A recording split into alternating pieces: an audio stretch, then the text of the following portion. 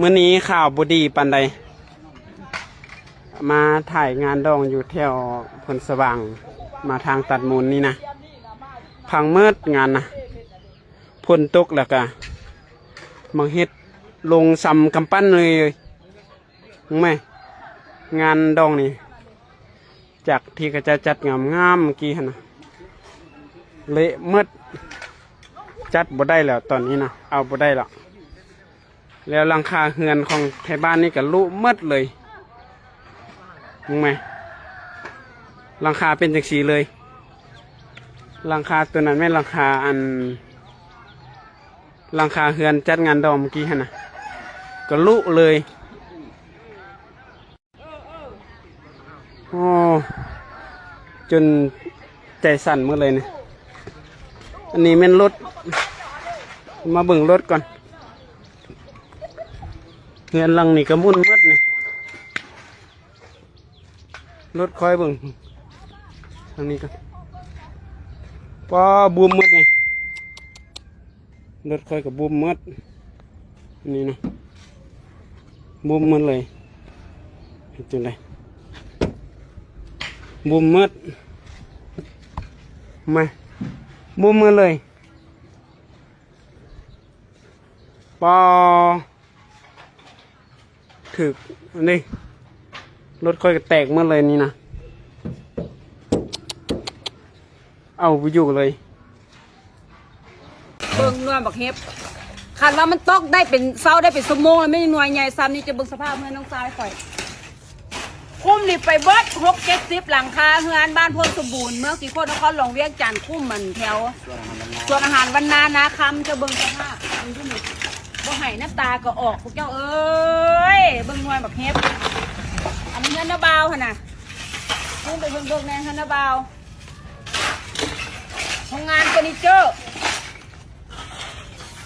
ตายพวกเจ้าเอ้ยเอามันบ่ใหญ่เลยบ่มีอย่างเหลือเลยบ่มีอย่างเหลือเลยพังเบิดเลยเหือนค่อยขนาดอันนี้เพดานเขาสิให้เบิ้ง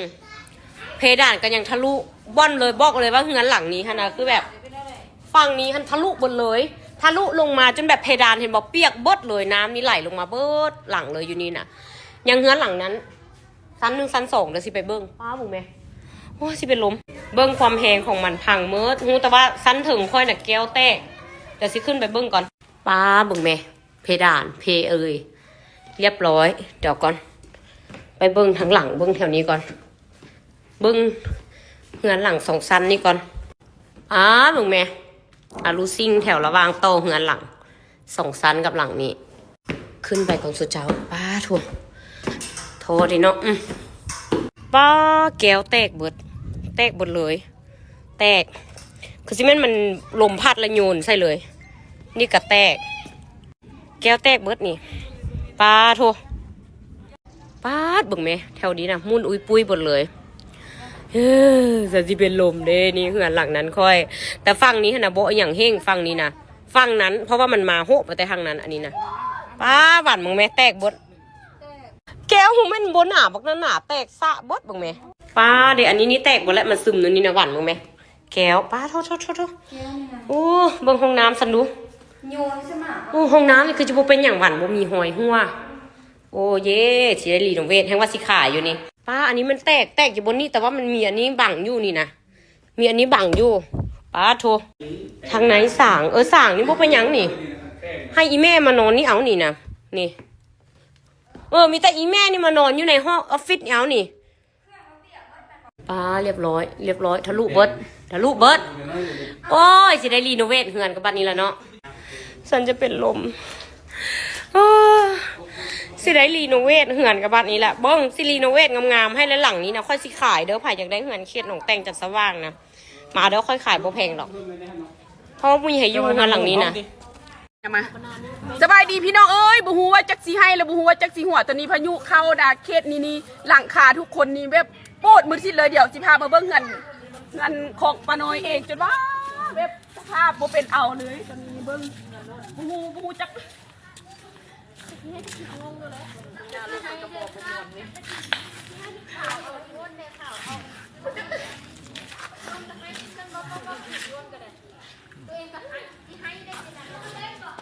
อนนี้นี่นะบูดจักยี่ให้เลยจักยี่หัวเนาะพายุเข้าเนาะตอนนี้นี่พายุเข้าแบบเป็นเมดทุกหลังคาเลยเขตเนียนเบิ้งเฮือนเฮากันจนว่าเป็นอันนี้เบิ้งสภาพเครื่องขายแล้ว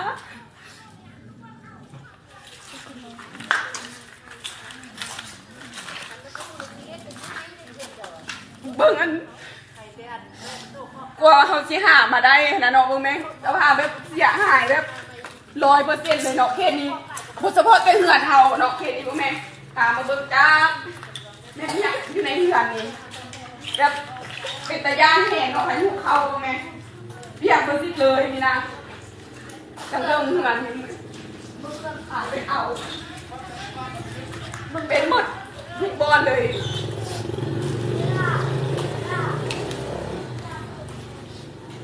ไม่ดีจอบเตะมึงแรงสภาพสูงมึงด่านขายปลาดุก เอาบ่ได้เลยเนาะอันนี้มันเขตอยู่บ้านตาทองเด้อเนาะอยู่บ้านตาทองเมืองซีโคดเป็นเกือบทุกหลังคาเรือนเลยอยู่เขตอันใกล้ๆเท่านี้พวกนี้สภาพนะบุคิดว่าที่เป็นอันนี้เนาะพายุมามืดเดี๋ยวบ่ฮอดประมาณ10-20 นาทีความเสียหายมันมืดเลยเรื่องเครื่องขายตัวเอียงตัวเอียงมาเบิ้งเงินออมค้าง มึงเบิ่งตู้แตก มันเป็นสภาพเงินเขาเดี๋ยวว่าเบิ้งเงินออมค้างในเขตนั้นนะเป็นมืดทุกหลังคาเงินเลยคุณแม่มาเบิ้งนี่เป็นเงินชุดนี้มืดเลยมึงเบิ่งงานรุ่นแม่ไปเบิ่งงานรุ่นแม่กระดาษ มืดเลยเงินผู้อีกหลังคาที่เป็นเอาเลยอันนี้ก็เงินที่กันพอดีพายุมาทางนี้เนาะจังบังเหตุจังเดี๋ยวเบิ่งแม่หลังคานะว่าเป็นเอาจากหลังเลยทั้งฝั่งนั้นอีกเบิ่งแม่นี่มันเงินอีกเดี๋ยวนอกประดุกเขตตาทองนี่แบบถือพายุที่พาไปเบิ่งอันฝั่งนั้นอีกได้เลยเกิดพายุเข้าเลยเบิ่งเงินประพวงคือกันเบิ่งแม่เขตนี่นะเป็นเงินที่เลยนะทุกราคาขนาดเลยมุงซีแพกมุงกระเบื้องนี่เป็นคือกันมือเขตนี้มาเบิ่งเงินประพวงใกล้ๆเฮานี่เดี๋ยวสิพามาเบิ่งเป็นหมดเลยเขตที่จะหายวันนี้นะประพวงเข้าเงินไปเข้าในเงินคนน้อยประพวงนี่เสียหายคือกันเลยเป็นเอาจากหลังเลยนะเสียหายหนักใช่ไหมเบิ่งตกไงมาเบิ่งสภาพข้างในเต็มโมเดลใช่ไหมมุนมาเลยมุนหมดเลยผู้หูจะเทจากไหนรู้ไหมสภาพถึงหลังคารู้ไหมเสียหายหลายเลยเด้อเนาะเสียหายหลายเลยผู้ใดอยากช่วยเหลือก็สามารถติดต่อมาได้เลยเด้อเนาะเปิดรับบริจาคเด้อผู้ใดอยากมาช่วยก็มาช่วยเลยเด้ออันประชาชนเขตนี้เนาะเบิ่งแม่เงินผู้ใดก็เสียหายหลายสมควรเบิ่งแม่ให้หน้าเสียหายเลยแม่แถวว่าให้หน้าให้เบิ่งหน้าที่เสียหายเลยแม่เป็นอันนี้หมดเลยเบิ่งแม่เขตนี้เป็นหมดเลย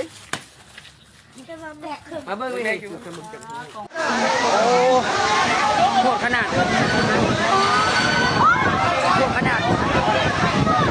มื่อกี้ไปซอยกันเด้าเต้นร่วมทับเกือบตายไปซอยกันเด้าเต้นร่วมทับเกือบตายได้เล่นเข้ามาในพี่ไฟฟ้าแล้วไฟฟ้าเอาเพิ่มไฟฟ้าเอาไปปล่อยเลยเข้ามาในพี่มดปล่อยเลยเข้ามาในพี่มดเลยปล่อยเลยแล้วเข้ามาในพี่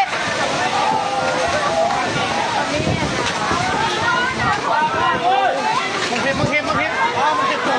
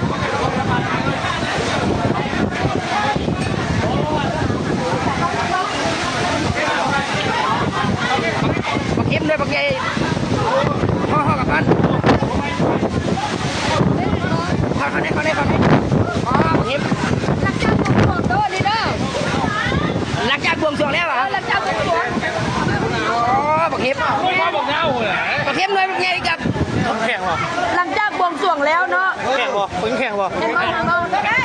เสียหายหน่อยสุดตัวลำโพงอ่ะเฮ้ยมันคุ้มตัวลำโพงอ่ะลำโพงเอาลำโพงไว้เอาลำโพงไว้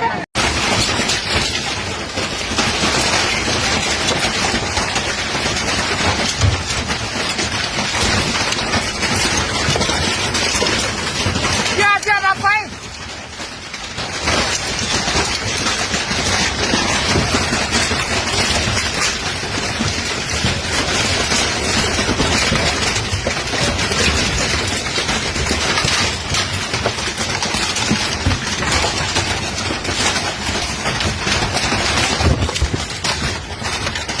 โอ้ตายแล้ว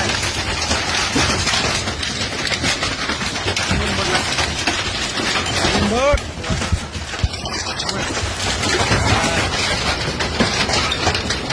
ตายแล้วเป็นมุนหมดละ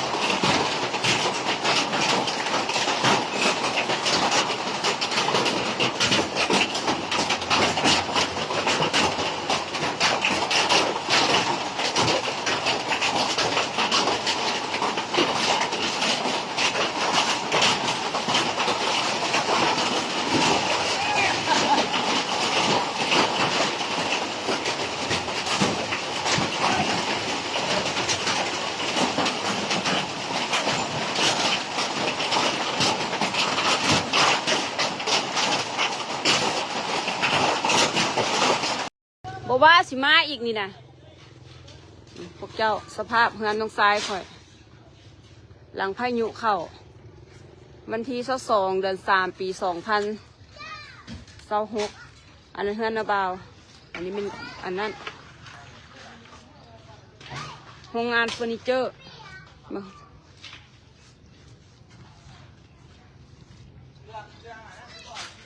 งานนาบาวข่อยก็บ่เหลือเนี่ยพวกเจ้าเอ้ยอีตุนซาดเด้โอ้โห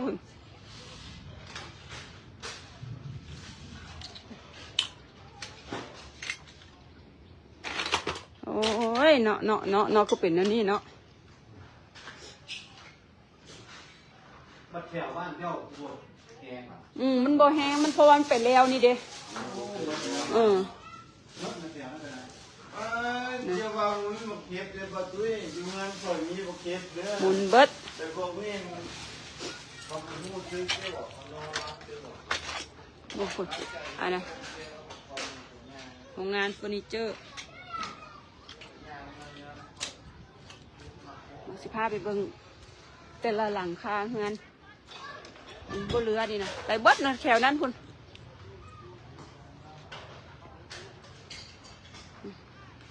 บ้านพ้นสมบูรณ์แล้วพวกเจ้าเด้อคุ้มเอิ้นว่าคุ้มแถวอัน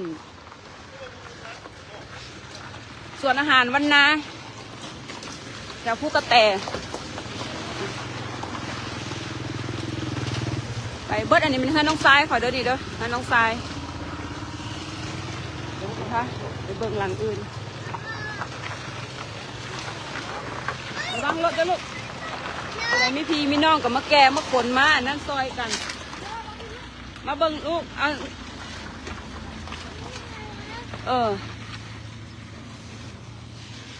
อันนี้คนแล้วนี่นะเบิ่งหมักเห็บเจ้าเบิ่งหมักเห็บกององค์ยอกอยู่เสียใจด้วยนะคะขอบคุณค่ะอันนี้เป็นบ้านน้องซ้ายนี่นะไปเบิดเลยเฮือนน้องซ้ายขวัญเสียหายหลายก้อนหมูคุกเขาว่ามันเหลืออยู่จะแข็งเลยมาลูกมาลูกมาลูก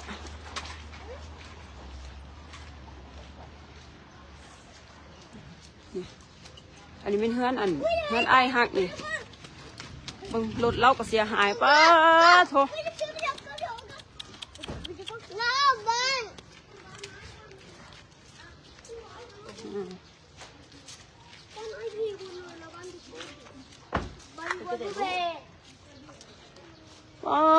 บึงสภาพรถพบปานถือลูกวานมุนเบิดมึงตากันก็แตกนี่นะนี่เบิ้งบ่เหลือเลยโอ้ยคุ้มนั้นมึงหลังนั้นก็ไปเบิดทุกกันหลังนั้นก็ไปเบิดเด้งั้นน้องซ้ายข่อยนะพวกเจ้าเด้นี่เบิดก่อนมูโหดเกินแมนพวกเจ้าเอ้ยปีนี้นักน่วงหลายแต่ละหลังคาเฮือนเบิ่งรถ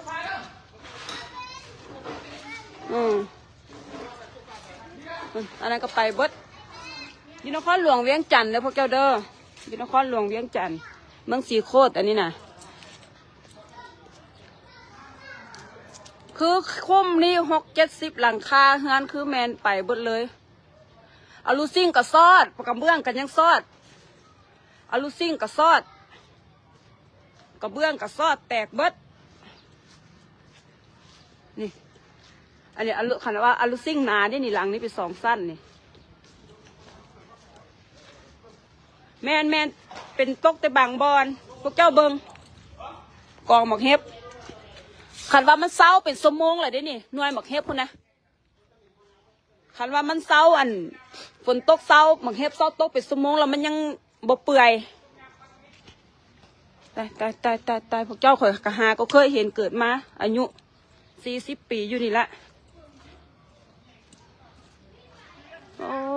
หลังนั้นก็เบิดเลย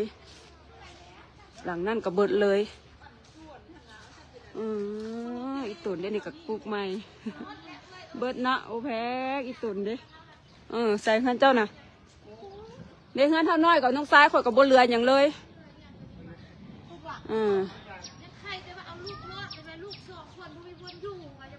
ใจหมวกกันนอกยังบ่ปดย่ำบักฮกเฮ็บตกใส่หัวหน่วยบักใหญ่เป็นบ่โอ้ยต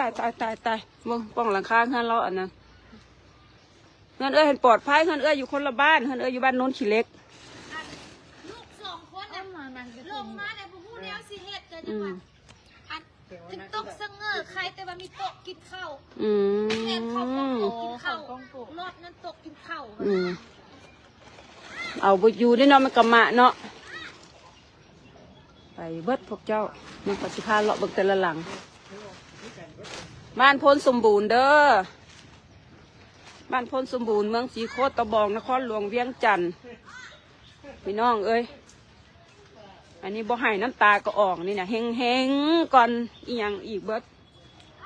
บ่แม่นเป็นแต่หลังเดียวเด้อเฮือนน้องซ้ายข่อยก็เป็นเฮือนนาบ่าวข่อยก็เป็นงงพุ่น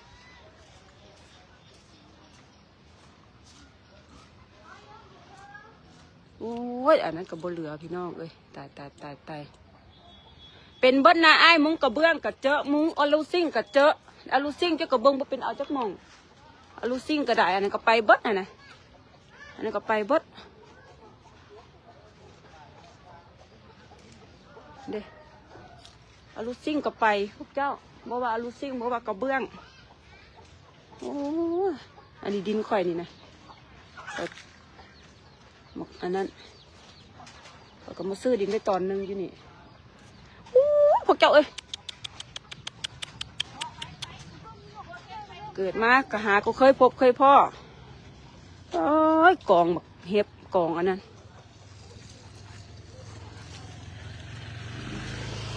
พาเลาะเบิ่งอีกก่อนคนไทยมีพี่น้องอยู่บ้านโพนสมบูรณ์เมืองศรีโคนนครหลวงเวียงจันทร์โทรเยี่ยมยามถามข่าวกันนี่เด้อเดี๋ยวอาลูซิ่งนะอาลูซิ่งนี่ก็บ่เหลือนี่นะนี่เดี๋ยวอาลูซิ่งนะสอดจุดปุดพวกเจ้าว่ามันสิแห้งซ้ำได้เบิ่งกองหมักอันเห็บนี่นะนี่กองหมักเห็บกองหมักเห็บถามในเด้อแม่น้ำหวานเด้อถามโทรถามข้าวก่อนเบิ่งบ้านโพนสมบูรณ์เมืองศรีโคตรนี่เป็นยังได้ทางนี่บ่เหลือเลยเนาะเสียใจน้ำงานได้น้อยแหงเบิดเลยเด้เพราะว่ามันหน่วยใหญ่หน่วยซ้ำหัวหมาคุณนะเขาว่ามันอันนั้นน่ะพวกเจ้าเน็ตอยากซ่าเด้อช่วงนี้เด้อป้าพี่น้องเอ้ยนักน้องลายปีนี้นี่อาลูซิ่งก็ยังมาซ้ำนี่กับเบื้องไปเลยเครื่องของเฮเบิร์ตเสียใจน้ำเด้อล่ะเด้อเจอใจเฮาคุ้มอัน194กับไปเบิร์ตคุ้ม194อ๋อน้อยให้บุเรือก็จักแค่เล็กกับเบื้องกันเลยแล้วมาปิ่นอย่างซี่โอ้ยยังไงเบิ่งพวกเจ้าปีนี้เป็นปีอีหยังหน่วยเห็บพี่น้องเอ้ยตายคันว่าหลายชั่วโมงมันยังซ้ำกับปั้นละเก็บไว้แซ่เบียร์แซ่น้ำก้อนหัวไม่สิบดตายซ้ำตืมกันไว้แซ่เส้นเบียร์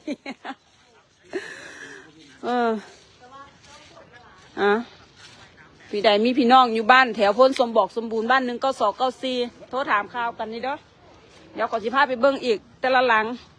เสียหายซ้ำใดอยากมาซ้ำกันมันได้แต่ละหลังคาเฮือนน่ะพี่น้องเอ้ย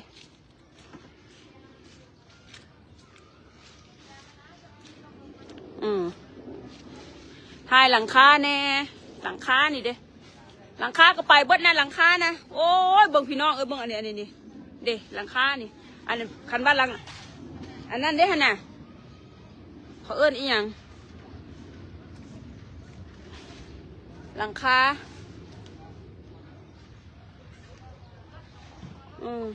รถกับมุนเพราะรถพูดนั่นก็ได้พูดที่ห้องสีหายเขาก็เมื่อยหายน้ำข้าเจ้าล่ะอันนี้ยังเสียหายหลายเนี่ยเพราะว่ามันตกถึกรถเด้โรงงานโรงเรียนสอนขับรถนี่นะตกถึกรถไปเบิดเลยนางก็ซอแกแซ่แซ่เบียเจ้สิจะแซ่บดละเป็นแนวนี้ข่อยหันแม่นอันเบื้องหน้าข่อยอยู่พวกเจ้าหน้าข่อยเละแหล่ดิหน้าข่อยเละแหล่ข่อยหันแม่นอันเฮือนน้องซ้ายซีแพคไม่แล้วเด้ซีแพคคันว่ามุ้งซีแพคบักนานี่เด้เห็นบ่ยังมุน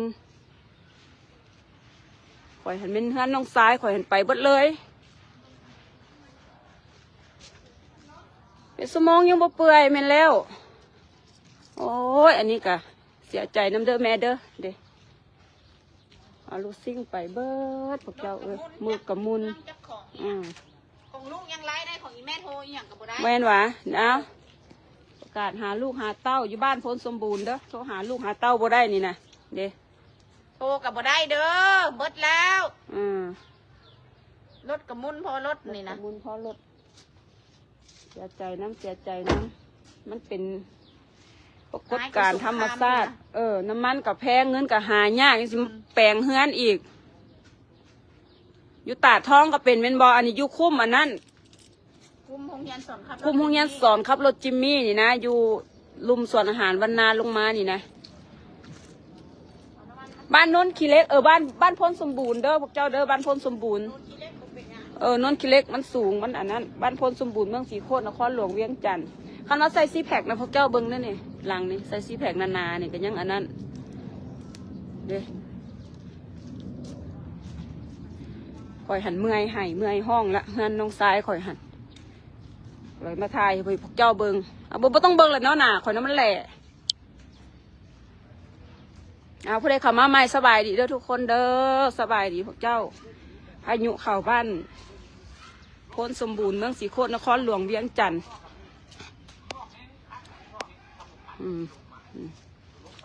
เบิ่งมักเห็บพวกเจ้าบัวแม่นอันอื่นนี่นะลูกเห็บนี่ลูกเห็บนี่นะโอ้ยเบิ่งพวกเจ้าเอ้ยปีนี้ให้แห้งอีหลีแมนเบิ่งไอเย็นมันออกมาพวกปานตู้เย็นนี่งั้นลุงหอมนี่งั้นลุงหอมหลังคาใส่กระเบื้องเมืองใดเกิดแน่ต้นซ่านแม่นละบ่นั่นหลังนั่นแหงเงินขนมซ้ายข่อยเสียหายบัดเลยขนมซ้ายข่อยนะเดี๋ยวจะเฝ้าออกแล้วข่อยเสียนพาไปเบิ้งขนมซ้ายข่อยผู้ใดยังบ่ได้เห็นตอนทำอิฐผู้ที่ว่าเมียระเบือเฮ็ดตายบาง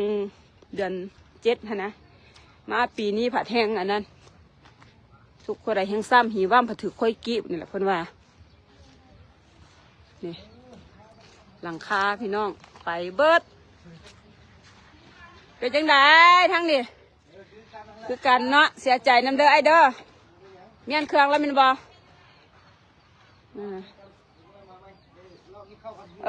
เอา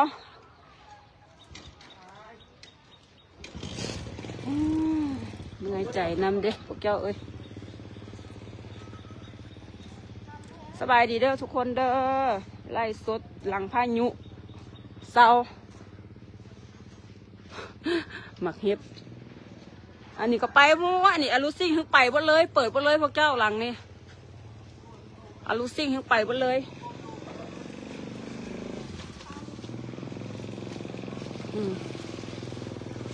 นี่กระเบื้องรถบเพว่ะรถแวนรถกระแตกวะโอ้ยอันนี้แวนรถกระแตกเจ้าดิแตกเบิดบ่มีอย่างเหลือเลย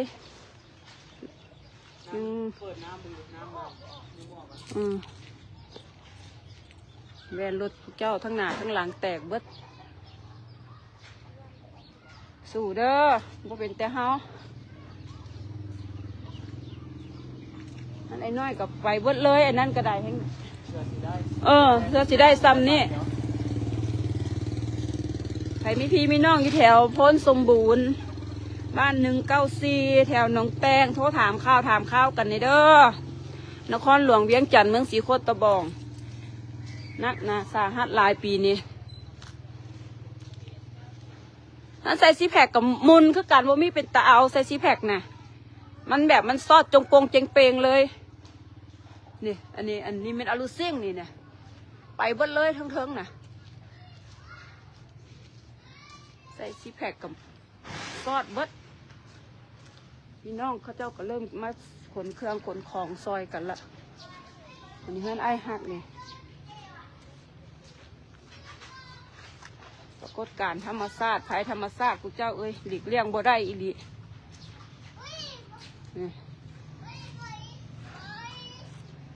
รถปานถึงลูกวานรถเล่าก็ได้อันนั้นให้น้องซ้ายขอให้พวกเจ้ายังบ่เหลือเดี๋ยวขอจะไปไทยบ้านพ้นสมบูรณ์คุ้มพินาสุคุ้มสวนอาหารวันนาเด้อคุ้มนาคำสิออกไปหนองประดุกคุ้มนี่มันอยากสูงคุ้มนี่นะเพราะว่ามันเป็นภูกระแตเด้โอ้เป็นน้ำยิงขี่ปนาบุษไซอเมริกาไม่ต้องพลาดพิงกันเขาละนะอยู่อันคุ้มสวนอาหารวันนาเด้อคุ้มสิออกไปนาคำพี่นะซอดหนองประดุกแต่ว่าแถวบ้าน194เฮือนน้องสาวข่อยเฮือนน้องเคยข่อยกับเป็นคือกัน194หันก็ออกหมดเลย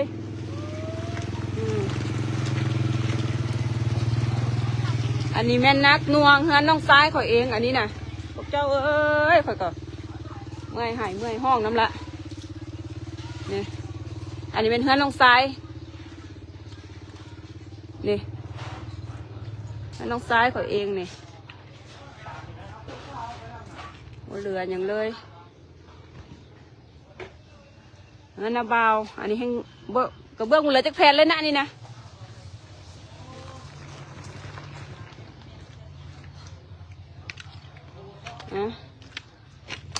บ่ถือไฟกับบ่หูแท้ๆอันนี้เดี๋ยวเอายังได้บ่ได้เอายังบ่ได้เนี่ย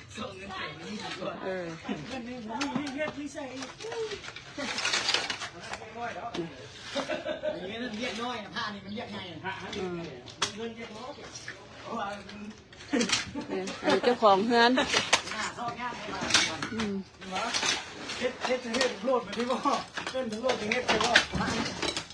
เอาโทรทัศน์ก็เปิดได้อยู่บ่โทรทัศน์เมื่อไว้บ่ออกก่อนบ่นอนเป่าเครื่องกับบ่ได้นอนเป็นแนวนี้น่ะมันฝนมันสิมาอีกมึงเท่านี้ก่อนเด้อพวกทุกคนเด้อสิปิดไล่สดก่อนลูกสาวบุดเลยนะลูกเนาะ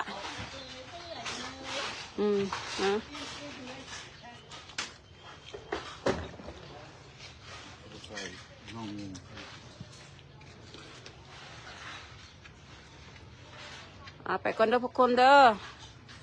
แต่มีพี่มีน้องก็โทรถามข่าวกันแน่แมนอันใดก็บ่เคยเห็นก็เห็นน้ำมันก็แพงเงินก็หายยาก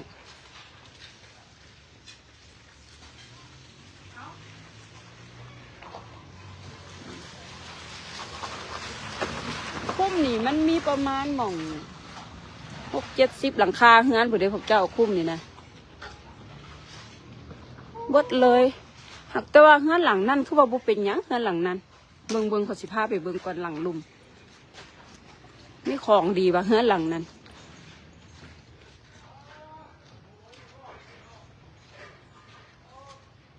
โอ้หลังนั้นบุเป็นอย่างไรหลังนั้นหลังคาแดงฮันห่วย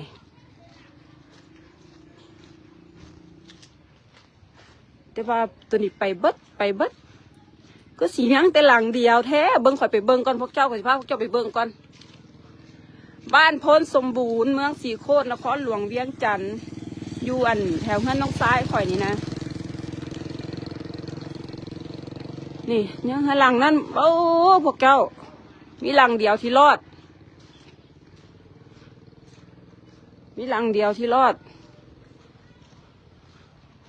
บ่เสียหายหลายหายแห้งก่อนน้ำท่วมอีกแม่นอันใดก็บ่ดีบ่สุอันแหละน้ำท่วมก็บ่ดีบางเฮ็บตกก็บ่ดีโอ้พวกเจ้ามีหลังเดียวบ่เป็นหยังอันนี้ก็บ่เหลือเฮือนสวนเขาจะมาปลูกไว้นี่บ่เหลือ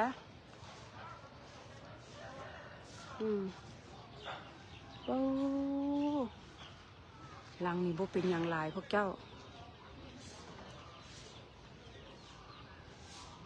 มีหลังเดียวรอดโอ้ถือว่าเรามีของดีได้นี่ไปเบิดคุ้มนี่นะไปเบิดมีแต่เฮือนเราหลังเดียวนี่ตูบสลอกซาลากับบ่เป็นหยังโอ้เด้คุ้มนี่ไปเบิดนี่หลังเดียวนี่บ่เป็นหยังหลังนี่มีดาบสมุไรสงสัยพวกเจ้าโอ้หอดตูบซาหลอกซาลานางหลินของเราสบายพวกเจ้าเอ้ยเบิ่งมันอื่นมันไปเบิดนี่นะมีแต่หลังเดียวนี่เนี่ยเอาลูกศอกเอาลูกซิ่งมุ้งหลังของหลังคาเราก็บ่เป็นอย่างบอลนางหลินมีแต่ตูบเราไกลแล้วฮันนี่เพนี่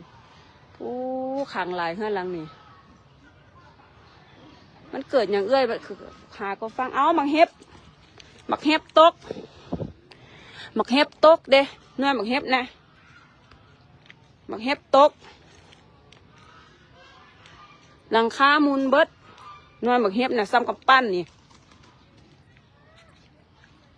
หมักเห็บตกเฮ็ดให้บ้านเฮือนประชาชนเสียหายหลังคามุนอายะ บ้านโพนสมบูรณ์เมืองศรีโคตรนครหลวงเวียงจันทร์คุ้มส่วนอาหารวันนาคุ้มแถว194แถวบ้านเวียงคำจำปาหนองแตงก็เกิดงั้นอันนั้นพวกเจ้าเบิ่งมาเฮ็บนี่ขาวจุนพูนผ่านไปบอกหลายชั่วโมงแล้วนี่ยังอันนั้นนี่เบิ่งเขาว่าเอาไปแก้มเบียร์กินวะเอาไปแช่น้ำห้อแช่น้ำเนื้อหมักเฮ็บเนื้อหมักเฮ็บพวกเจ้านครหลวงเวียงจันทร์เด้ออีหล่ะนครหลวงเวียงจันทร์ลูกแบตกับสิเบิดพอแบตไฟกับบ่มีโอ้ยคุณนะเบิ่งเขาสิดึกใส่นี่พูดสมมติมันมาแห้งเนาะมันมาจากทางฟ้าเนาะมันมาจากทางฟ้ามันสิบนวยทองหมกบานพวกเราพวกเจ้าเธอมันสิตกลงมาใส่นี่สมมติว่ามันตกแห้งความแห้งพูดเห็นบ่โอ้สิปิดไล่ก่อนเด้อหาก็เห็นเป็นบ่ข่อยก็เกิดมาซ่านี่ข่อยก็หาก็เห็นอายุ39 ปีละเบิ้งอันนี้ค่ะน้องซ้ายข่อยพี่น้องบ่เป็นอย่างเด้ข่อยมาเมียนเครื่องเมียนของซอยอันน้องซ้ายเฮือนนาบาวมี2 หลังเฮือนพี่น้องอยู่เนี่ยอันนี้เฮือนน้องอันนี้เฮือนนาบาวกะหากระปุกแล้วพวกเจ้าเอ้ยสบายดีเบิดมันบ่โอ้ยเสียใจน้ำเด้ออยู่บ้านใด ก็สมุนเอาบ่ฮู้น้อยว่ะชื่อน้อยว่ะ จื้อแต่ว่าเฮือนหันอยู่บ้านใดแต่ว่าเฮือนแม่ใจหันบ่เป็นอย่างใด เป็นทั้งในนี่บ่เป็นเมียน นี่ หมุนเบิดทางในไงบ่เคย อันนี้ก็บ้านโพนสมบูรณ์หายข่อยก็จนว่าเมื่อยหายละ ต้นซาดเขา เพื่อสิหาเงินได้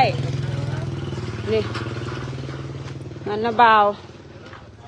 พายุเข่าเด้อพวกเจ้าเอ้ยผู้ใดบุกเข่ามาใหม่ๆหาก็ฮู้ว่าเป็นหยังข่อยไล่สดอีหยัง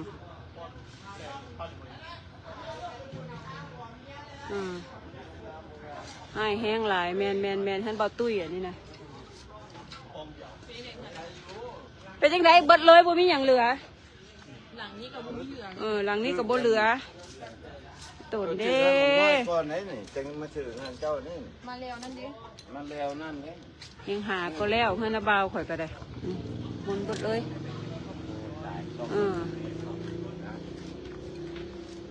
พาไปเบิด 200 ล้านอยู่บ่ไปคูดคำบ่ ซ้ำเห็ดใหม่หันแหละ